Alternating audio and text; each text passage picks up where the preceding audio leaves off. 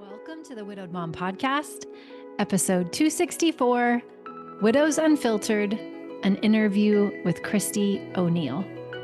Welcome to the Widowed Mom Podcast, the only podcast that offers a proven process to help you work through your grief, to grow, evolve, and create a future you can truly look forward to.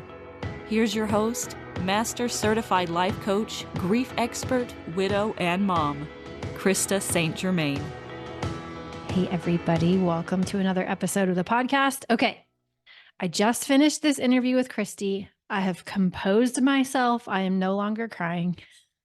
So I really hope that you love this interview. I know you're going to. I for sure did.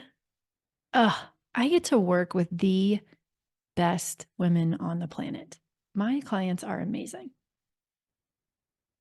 I'll just say that. So Christy is real. She is relatable.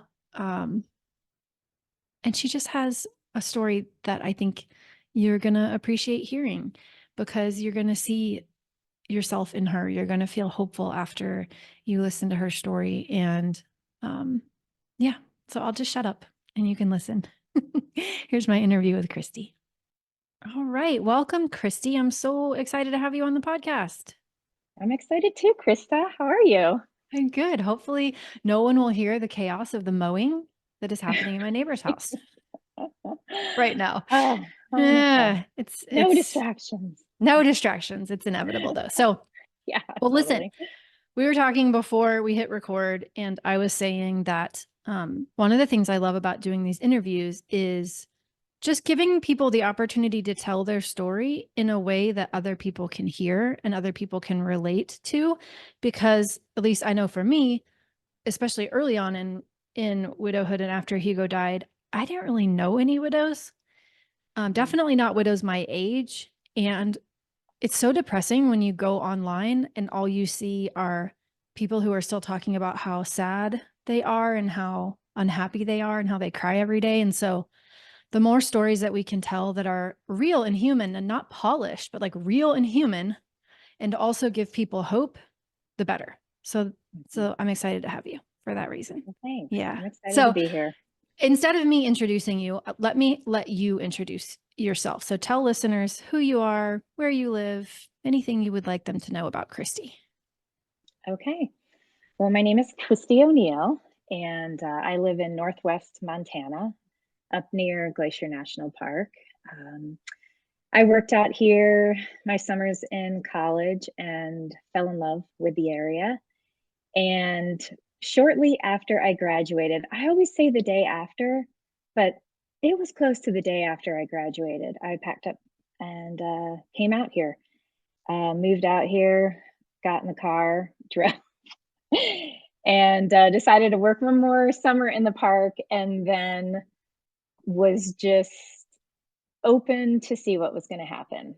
Ended up getting a job here as a silversmith, making jewelry, and I ended up staying. And so now it's been 27 years. I met Rob. See, I moved out here in 1997, and I met Rob in 2003. Painted my house, and He painted your house? Is that what you said? Yeah, he was a house painter, and I had seen him around town, and I always just thought he was so cute. But I didn't really know his name. He worked at a few places that I would go to, but then I didn't really know where else he was. And then somebody had recommended a house painter to me, and I didn't know that guy was also the house painter. So when he showed up at my house, I was like, oh my gosh. That's great. So that's how we met. And then we got married in 2007, and then we had Mason in 2009. Mason is 14 now, amazing kid. And yeah, we've our parents moved out here after we got married, or actually my mom and dad moved out here before we got married, but then his parents moved out here. So we had family around us, and yeah. And from there, the way I became a widow, I was, we were in COVID, and it was in November of 2020. And we were meeting some good friends for a run. And we had decided on a trailhead. And we drove out, we picked up our friends and we drove out to the trailhead. And Rob was kind of holding his stomach, kind of tapping it. And I looked over and I said, "Are you okay?" He said, "I don't know. I feel a little sick to my stomach, a little lightheaded."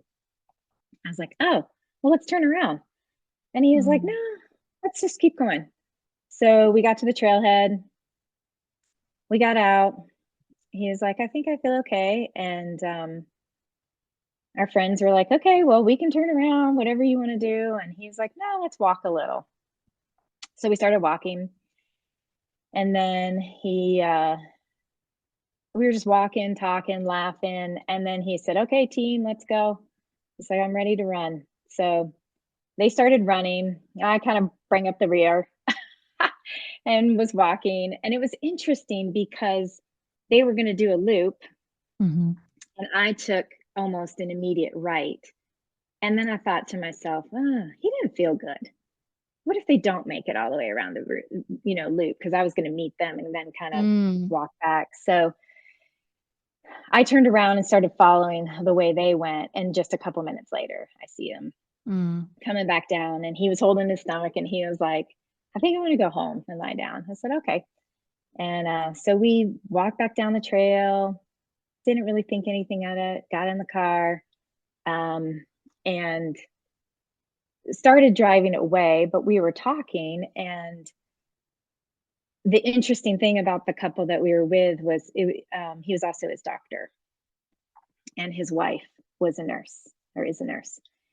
And so I said, I remember even saying, "Do you want me to turn on some music or the news or anything like that?" And he said, "Oh no, I don't want to listen to the news or anything like that." He's like, "I don't want to get, you know, my heart racing or something like that." And I remember the doctor said, "Well, sometimes a little anxiety can calm the stomach." And then we all laughed, and right over on me. And I just thought, I looked at him and I kind of slowed down. I said, "What are you doing?"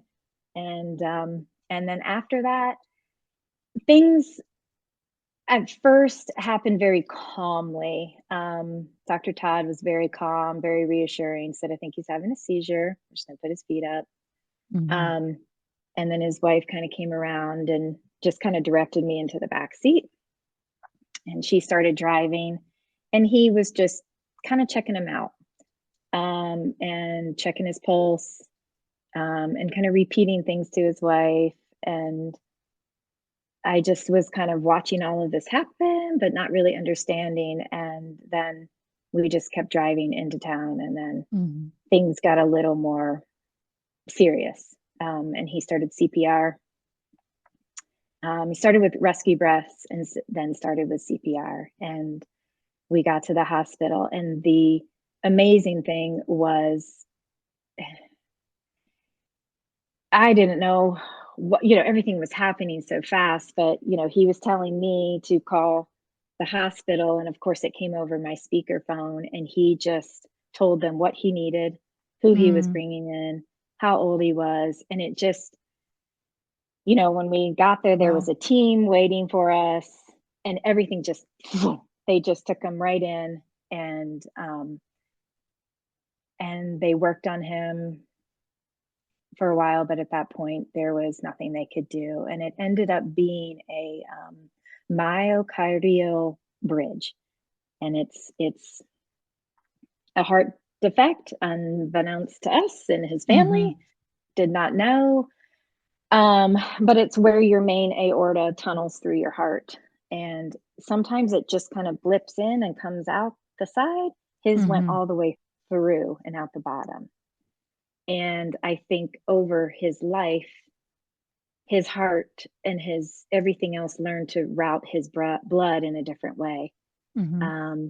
And there was just nothing that could have been done. Mm. And I believe, I was told that his health is what kept him alive, because he was healthy 49-year-old male. I mean, Mm-hmm. hiked, skinned up our local ski hill the morning before. I mean, Yeah, this was not this like was, a new to working out situation. This was a normal thing that he would do, is to go yes, on a hike like totally that or a run normal. like that. Yeah.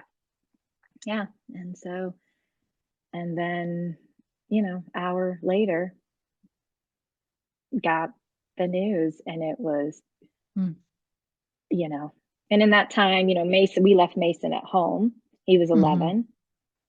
And on my way to the hospital, I had texted some friends to come get him and just say, we're bringing Rob to the hospital. We think he's having a seizure. And so they went and got Mason. And then after that, it was just, yeah, leaving the hospital, leaving Rob there, and then Mm. going home and telling Mason. Yeah, So, that's about the worst conversation you ever want to have. yeah, yeah, it was horrible. Yeah. But yeah, Yeah. yeah. What when So, you think back about whatever you remember about early grief, I think sometimes it's like a yeah. complete, parts of it are very clear and parts of it often are very blurry, but what was it like for you compared to what you thought it might be like? I I was first I was really I was surprised about going through the motions.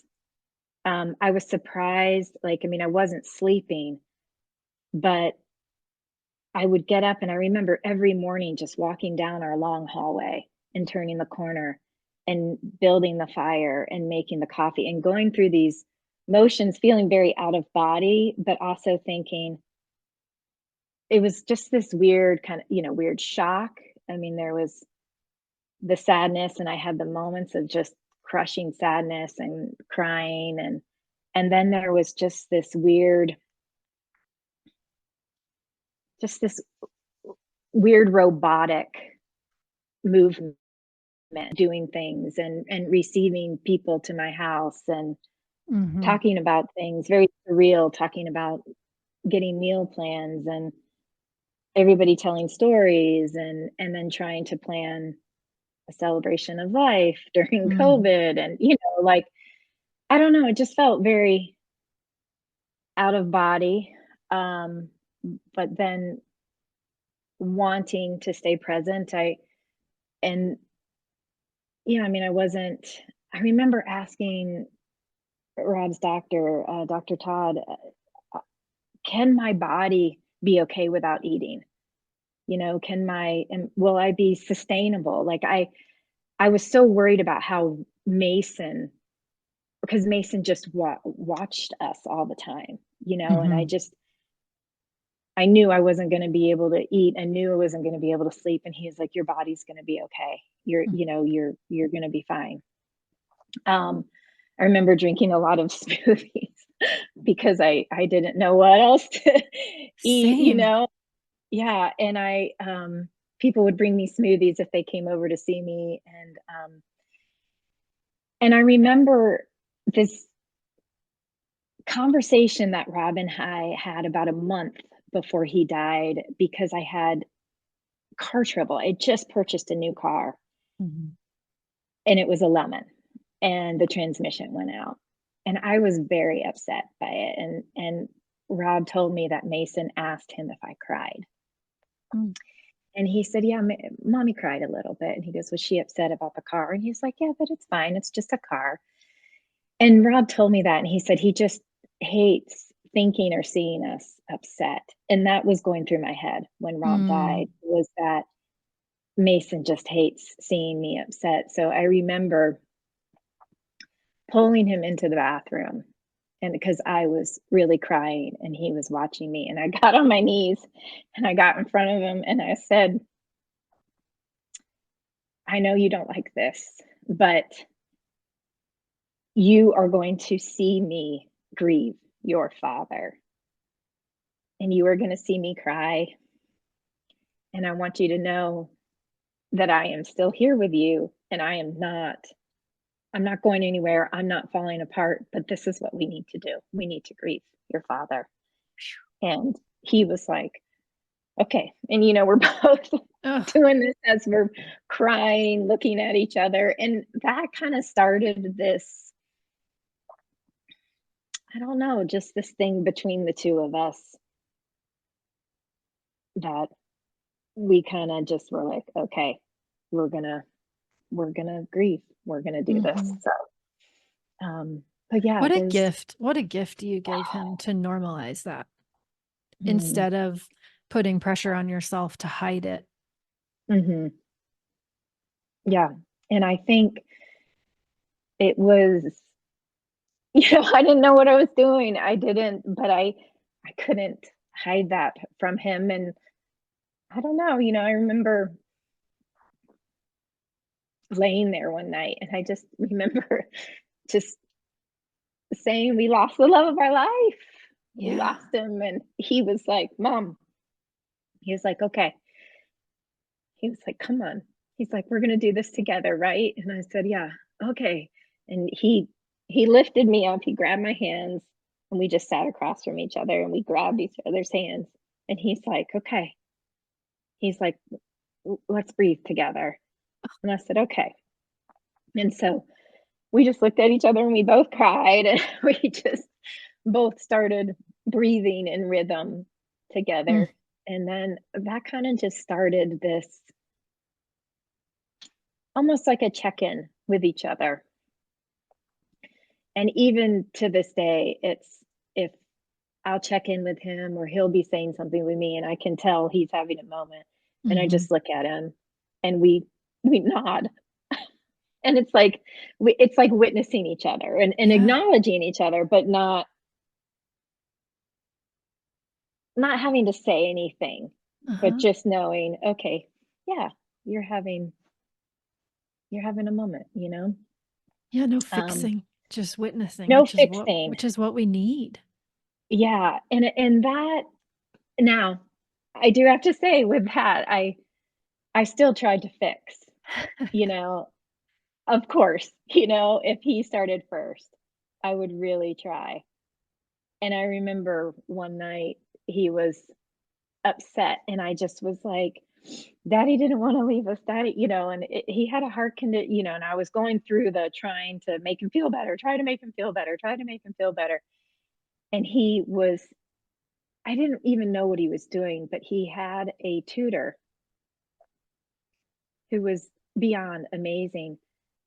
And which I found out later, she taught him how to tap and she taught him how to, I know. I did not know that she did this. And she taught him how to calm himself by finding his vagus nerve. And we love her. And she was a tutor? I know. She was his tutor. And he was lying there doing this. And I was trying to talk him through it. And he grabbed me and he just said, shh. And he just shushed me. And I saw it as I did something wrong. I was, I just was like, oh my gosh, I'm not helping him. And he was doing this thing. And I laid there and I watched him cry himself to sleep. And I, of course, was crying. But later, he said he was just trying to calm his nervous system. And, and then, of course, He's 11. He was 11. Holy cow. And I mean, it's, about the tapping. I remember when I decided to work with you, I was telling him about it and we were driving and I said, I'm going to work with a life coach who specializes in grief with widowed moms. And he was like, oh, Mom, that's awesome. That's really good. And he's like, what is she going to do? And I said, well, she's going to help me through my grief. And I think she's going to have tools for me. And I said, one thing that I know she does is she teaches her widows how to tap. And he goes, oh, my favorite is under the eye. And I went, I mean, I remember just looking at him and going, "Do you tap?" And he was like, "That's what Miss Clara taught me how to do." And I was like, Ugh. I mean, things that I think in those beginning stages, I was just so, I don't know, unaware of what he was Mhm. learning, what people were sharing with him. And I remember just crying with her and just like thanking her for just the gift that she gave him. And, Yeah. it was as hard as it was at his 11-year-old boy having these tools and having to use these tools because of this tragedy, how grateful I was that he had them and learned them before I did. Yeah, so that's amazing. It It gives was. me such Ugh, hope too for future generations that at some point they're going to be just prepared with this toolbox that we didn't have. yeah, And yeah, yeah. yeah. So, So yeah. how did you come across, was it the podcast? Tell me how our paths crossed. So I after losing Rob, a couple of people had said, I have a great therapist, and I didn't have a therapist, so I found a grief therapist. Mhm. Um, and then a woman who had lost her husband, I would say about a year or two before Rob, reached out to me. I didn't know her, and she sent me a box of, I think it was a box of cookies or something, and wrote a note, said, "I have been in your shoes. Please reach out if you ever need to talk." And I didn't at first, but then when I did, she had started listening to your podcast, and this was a year and a half after Rob passed away. Mm. Um, and my therapist retired, Oh. and I was like, okay, and she was like, you I think you're gonna be okay, you seem like you're doing well. And I was like, really? Well, okay. Are Like, we sure? yeah, I don't know about this, and she's like, if you want another therapist, you just let me know. I will help you find one. And I kind of didn't know what to do, but I kind of had this idea like, okay, Mhm. I'm gonna try this, I'm gonna find joy again. Um, and I just wasn't feeling good. I wasn't feeling like I wanted to feel. I was confused. I just was confused about Mhm. how I felt and how maybe and I was putting a lot of pressure on myself of how I should feel. So Mm. she told me about the podcast. So I started listening to the podcast and I was like, "Oh, uh, I was not a podcast listener." Oh, really? And That's always no, and interesting. I just, and Rob was. I mean, he every night he was loading his iPod and telling me all about these podcasts that he was Mm. listening to. And sometimes, when we traveled, we'd listen to them. Um, and so I couldn't believe when I listened to you and I think the most immediate was like, I could hang out with this girl. Oh, that's Like, a nice I just, compliment. I just felt like, I just felt like an instant connection because Mm. of just because of everything that you were saying. I was like, Yeah. that's exactly how I felt. That's what I did. I got out a journal and I started writing to Rob every day, every night. Um, and I just felt this connection. Um, and then I ended up joining a 3-day seminar, and it was Mm. um, happier holidays. Mm. It Mhm. was in it was in Yeah. October. So I had been listening to the podcast, and then I did that and did the worksheets, and I liked doing the work. Um, and then of course, I was talking to friends about it. I was like, there's this program, and um, I was going back and forth. And then I think what really did it for me was I had two friends say to me, Christy, I will be here for you at 3 o'clock in the morning. You can call me. I will come. I will help you do whatever you need.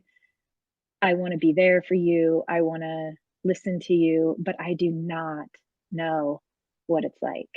Mm. And I just, one of my friends was like, these women will.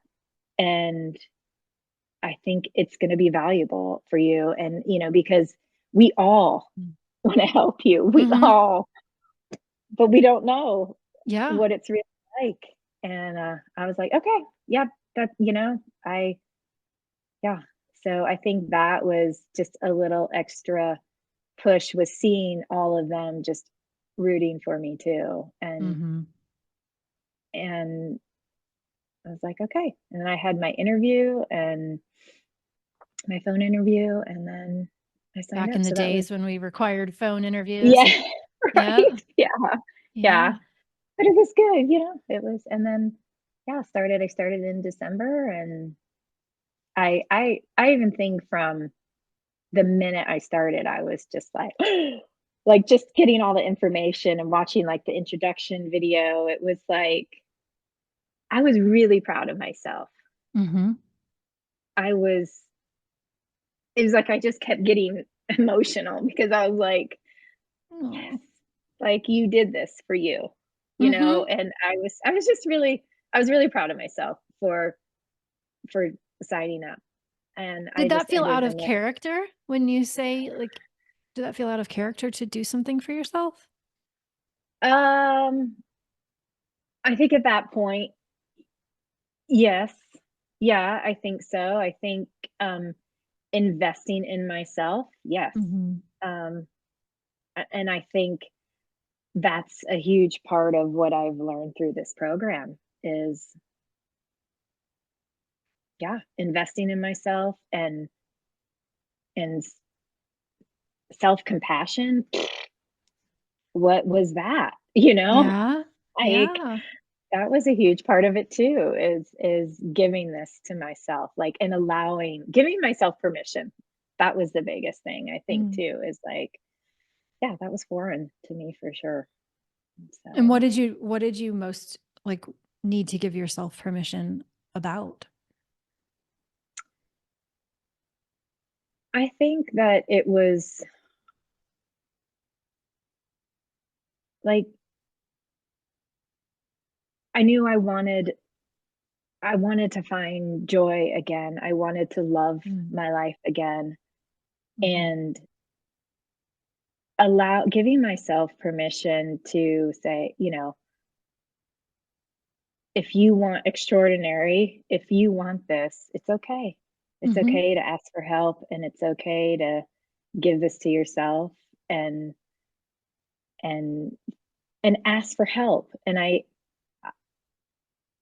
think that was the main thing. The first time I got coached in December when we just did our group, I remember being like, I'll get coached. I mean, I was so Mhm. nervous, but I was like, let's get this started, I think, and be nervous. But I remember you specifically saying,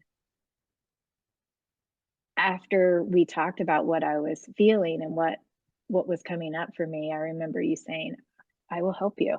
Mhm. And I just thought, okay, I believe you. Yeah. And so I, yeah, I think just wanting it for myself. And I think at the time I wasn't thinking about it in this way, but loving myself enough to give it to myself, that was foreign to me. And that came later Mhm. in the program, like really learning Yeah. to love and take care of myself. Yeah. Um, that was huge for me. I always think this is a trend that I notice.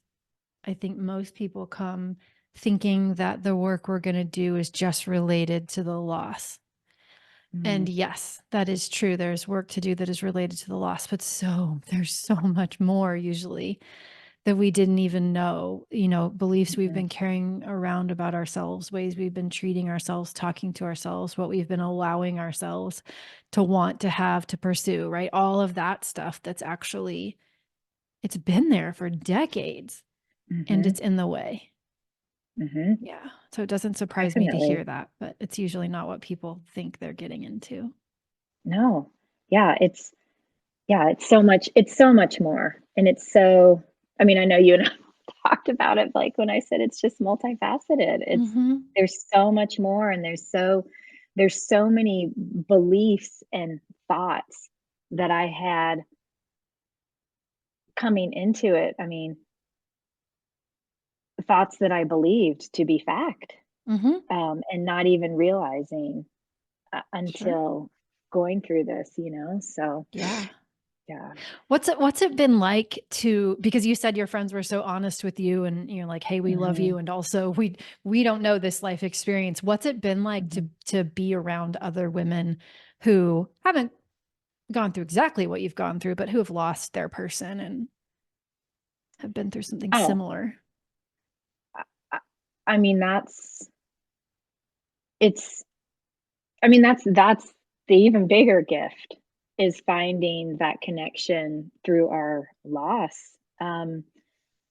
When I came to your house last June for the June celebration event, I remember seeing the email and seeing all the women that were on attached to that women, and I was like, "I get to meet Alexis. I get to Uh-huh. meet Jamie," and here I've only seen them, through the Zoom, Yeah. um, and supported them through Zoom, and they supported me, and I learned so much through them and with them, and, even if what they were going through didn't apply to me, it was just this connection. So I remember being in the Wichita airport and seeing Madeline and being like, like I know who that woman is, So I good. think Jamie and I connected in Denver, and I'm looking for her, and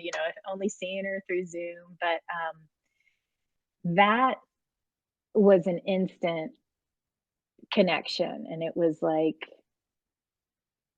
it's done so much. I mean, we've all kept in touch. We all know, you know, the struggles with having, raising children. We all, and we're all different ages, we all have Mhm. different age children, but that has been truly amazing. And I feel like I know it's lifelong, and it was such an interesting feeling. I mean, we just a couple of us just met in Florida, um, just to get together at one of our friends' homes there, and it was such a great time together, and then we came home, and it was like, wow, it was like that realization is these women wouldn't be in my life Mhm.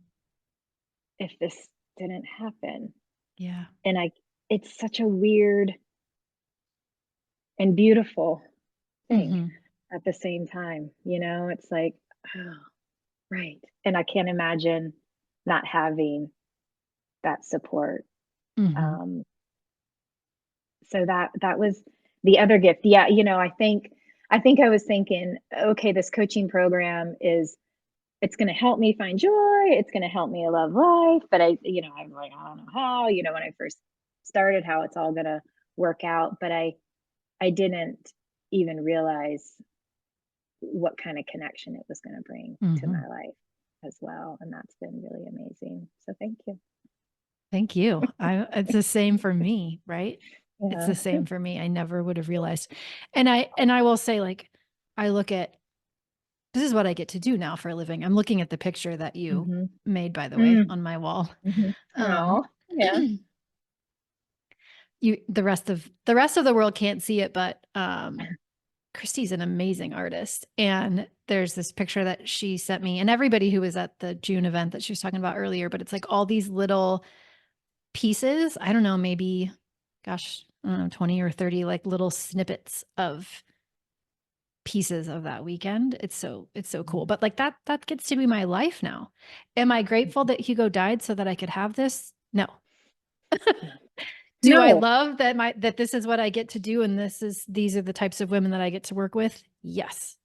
But still don't have to be grateful that it happened. No. And also grateful for everything that's happened since, or most of it. Yeah. Right. And I think I love what you say about life being that 50-50. And I am by no means grateful that this happened to me, of course, but I I am I am finding amazing. I am finding joy and love, and I am excited for my future. And I wish it never happened, but it's just, yeah, but it did, and here we are. Here we are. And I would say, like, just kudos to you too, right? You're not just finding joy, like you're actively creating it, right? And maybe some of it feels like it's just kind of happening, but I want to make sure you take credit for all the work that you've done, all the patterns that you've changed, for showing up on as many calls as you have, and like been as vulnerable as you've been. You earned what you Well, have and created. I think that was a huge shift for me as well, was I want to find my joy. Where is that joy? And I think before I started your program, I was like, okay, I'm going to go find my joy. Okay. A big part of my happiness left with Rob. And that's the way I thought. Like, okay, a chunk of my happiness and joy left with Rob. But I'm going to go do these things that bring me joy, right? I'm going to go hiking. I'm going to go, paddle boarding. I'm going to go spend time with friends. And then I would go do these things. And then I would be like, okay, I don't know. I don't feel it. It's not bringing me joy. And it was confusing because I it was that whole living and depending on the action to bring me joy. And that's where I was placing that joy, was that it's going to come from that. And then when it didn't happen, I was like, what's going on? Why was there something wrong with me? And then after joining your program and talking to you about these and getting coached on how can my life be beautiful again? How can this happen? And realizing, and just you pointing out, you said you're the one that created this, not Rob. I mean, we feel like when these amazing men get ripped from us, it's because of them that made us happy. And it's like the same thing we say, like, I don't ever look to Mason and be like, you're the one that has to make me happy. Yeah. I mean, the poor child, that's a huge responsibility, and to be, for me to say, I'm only gonna be happy if my child makes me happy. And I think that was another thing that the coaching really opened up for me, was, no, I created my happiness. It was the way I thought about Rob. It was the way I thought about our relationship, and the way I wanted to cultivate it more because of the way we thought together. So that was huge for me as well. Yeah, because if we're always looking for something outside of us or some sort of action, it can be so very frustrating when we still don't feel how we want to feel. And until we figure out we are the ones creating it, we don't have the ability to change it until we figure that out. So yeah, I'm glad. Right.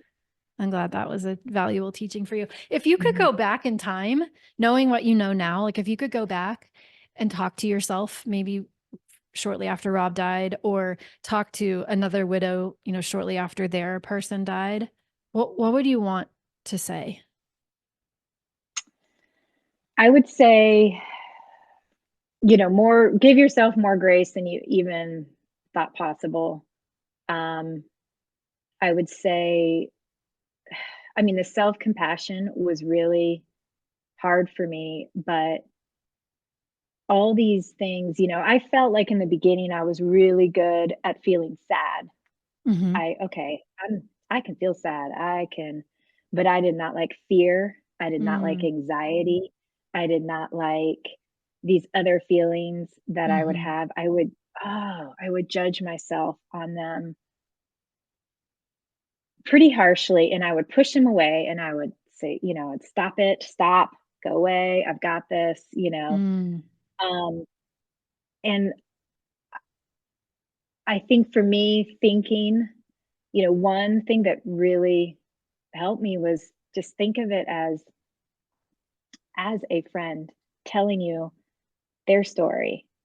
Mm. And I remember you did that for me. You said if there was a friend that came in to your house and said, I have this picture of my family and 3 of the people in the family are gone, and would you tell her to stop it and stop feeling that, and I'm so scared that somebody else is going to be ripped away from me again, and because I was dealing a lot with fear and anxiety and that, and I remember saying, "Oh," I would say, "Oh my gosh, I feel the same way. I feel Mhm. the same way." And you were like, "Okay, so you can give yourself compassion or give them compassion, but not yourself." And I remember brain breaking again Mm. and being like, "You're right." And I just think have that compassion for yourself. You're going to have so many more feelings and there's nothing wrong with you.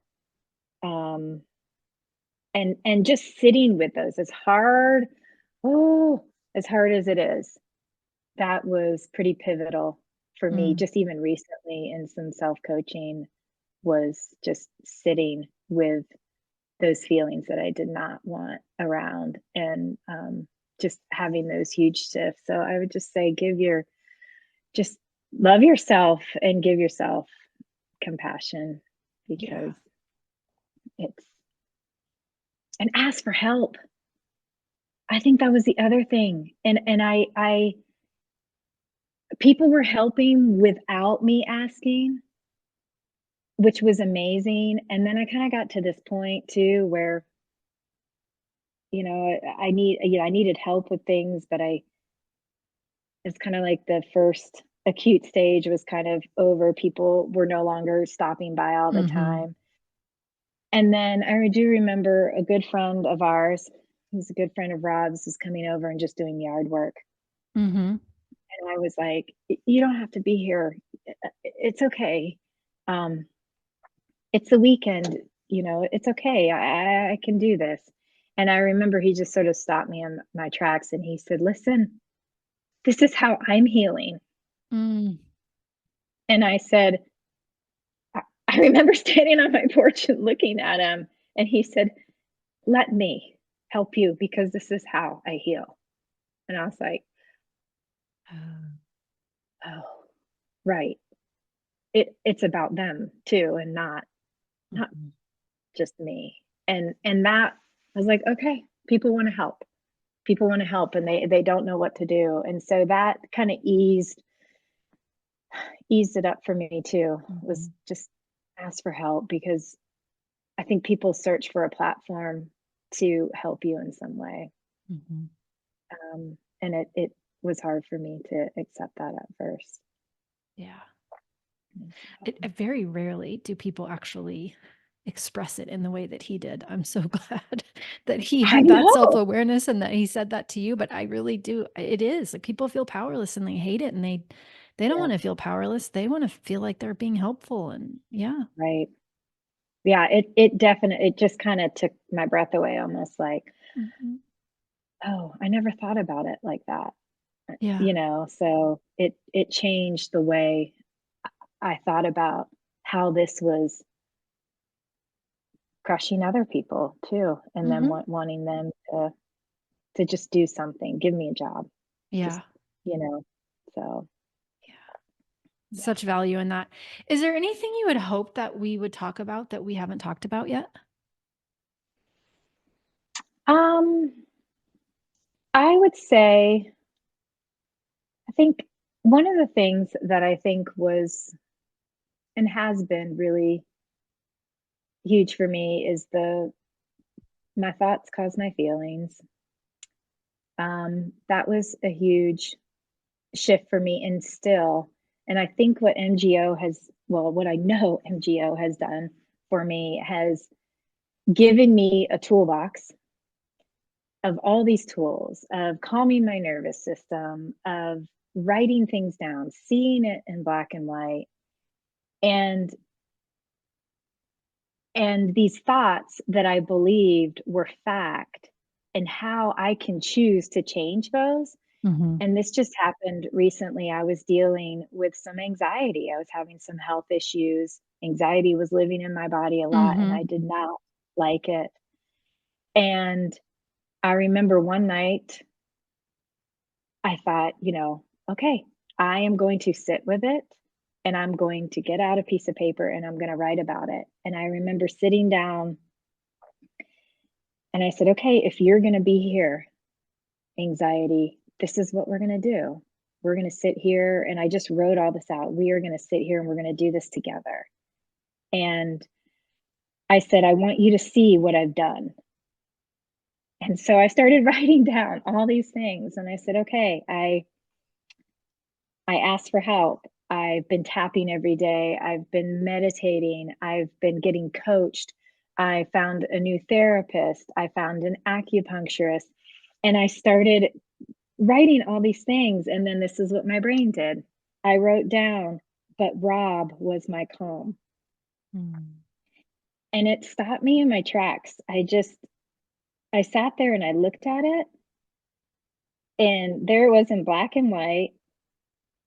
I had written everything that I had done for myself. And then I still came back and said, but Rob was my calm. And I said, wait. And then I wrote that down. I said, wait a minute. I said, look what you just did. Brain, our brains are mean, but I was like, look what you just did. And I said, no, even when Rob was alive, I mean, that was kind of the beautiful cadence of our relationship was Mhm. that I was more of the woo and he was Mhm. more of my calm. And I even said that when he was alive, Rob was my calm. Mhm. And I believed it. And I've been believing it all this time. And I wrote down in big letters, no, I am my calm. Yes. And I sat there and I looked at it and I thought, gosh, even now I wasn't seeing everything that I had done for myself and was doing for myself because I was still believing this thought and putting all of that into him, and where he was Mhm. my calm. I'm not saying he wasn't. He did have a very gentle way of helping me find calm, but I think that was a beautiful thing about the seeing it in black and white and about self-coaching and about sitting with this feeling that I didn't want to feel was, no, I can do this. And I am I am my calm. And that statement right there has just shifted. And I'm still going to have anxiety. I'm still going to have fear, but I feel like I also have this extraordinary toolbox and an extraordinary support squad. That was another thing I wrote down. And this life is, I don't know, I'm excited. I look forward to what's around the corner. And I know that I can fully look at myself in the mirror and do my heart hold and tell myself that I love myself. I've never been able to do that. So that's just been huge. Get me on these interviews and you make me cry, Okay. Christy. I'm sorry. I'm sorry. I'm making myself cry. Seriously Oh, though, like, um, it yeah, it makes me cry because that's exactly what I want. Like, that's exactly what I want for people is for you to be able to sit down and do what you did, which I'm so glad you told that story because I hadn't heard it, but also I think everyone else will benefit too, right? Is you sat down and because you use the tools, then when you needed them, you could help yourself. And I Mhm. wasn't there and I didn't have to be there. And you did that for yourself. You literally coached yourself. Like that is everything, because that will Mhm. serve you for the whole rest of your life. Right. Totally. And that is what I want. I really don't like it when people create dependencies on another human, like a coach, Mhm. you know? Yeah. And so it is the highest praise, um, to me to hear that you can now coach yourself. Not that you have Mhm. to, like, stay in masters for as long as you want. I love you. I hope Yeah. you never leave. And also, Right. like, that is the highest compliment, is to see that you could spot your own problematic thought as a thought and then change it Mhm. for yourself. And I wasn't Mhm. in the room. That's just Mhm. Yeah, it a was. beautiful It thing. was just I remember sitting there, and after I did it, it was about 11 o'clock, and Mason walked out of his room, and I was sitting right over here, and I just had that, like this aha moment, and he just looked at me and he goes, "Look at you." And Oh, I said, "Hi." And he said, "Are you okay?" I said, "Yeah, I am." And it just was, I don't know. And, it was seeing that and knowing it, just we are not exempt in this life. Like, even because of this tragedy, things are going to happen to us. yes. And Yes. it is not, I wish it was a roller skating rink where we could just go around, but it's not. And I have to remind myself that. And I have to remind myself that life is 50-50. But I have this toolbox. And if I just let myself use the tools, and if I just, and it's like, oh, there she is. There's Krista reminding me that you have this tool. And just, I don't know. It was a really pivotal and, I think, poignant moment for me in knowing that, okay, things are going to happen to us, Yeah. but I have I have all this, and I can see in black and white what I've done, and and then I can see that thought come in, Mm-hmm. and how before I didn't even think about it serving me or not, but and he was calm.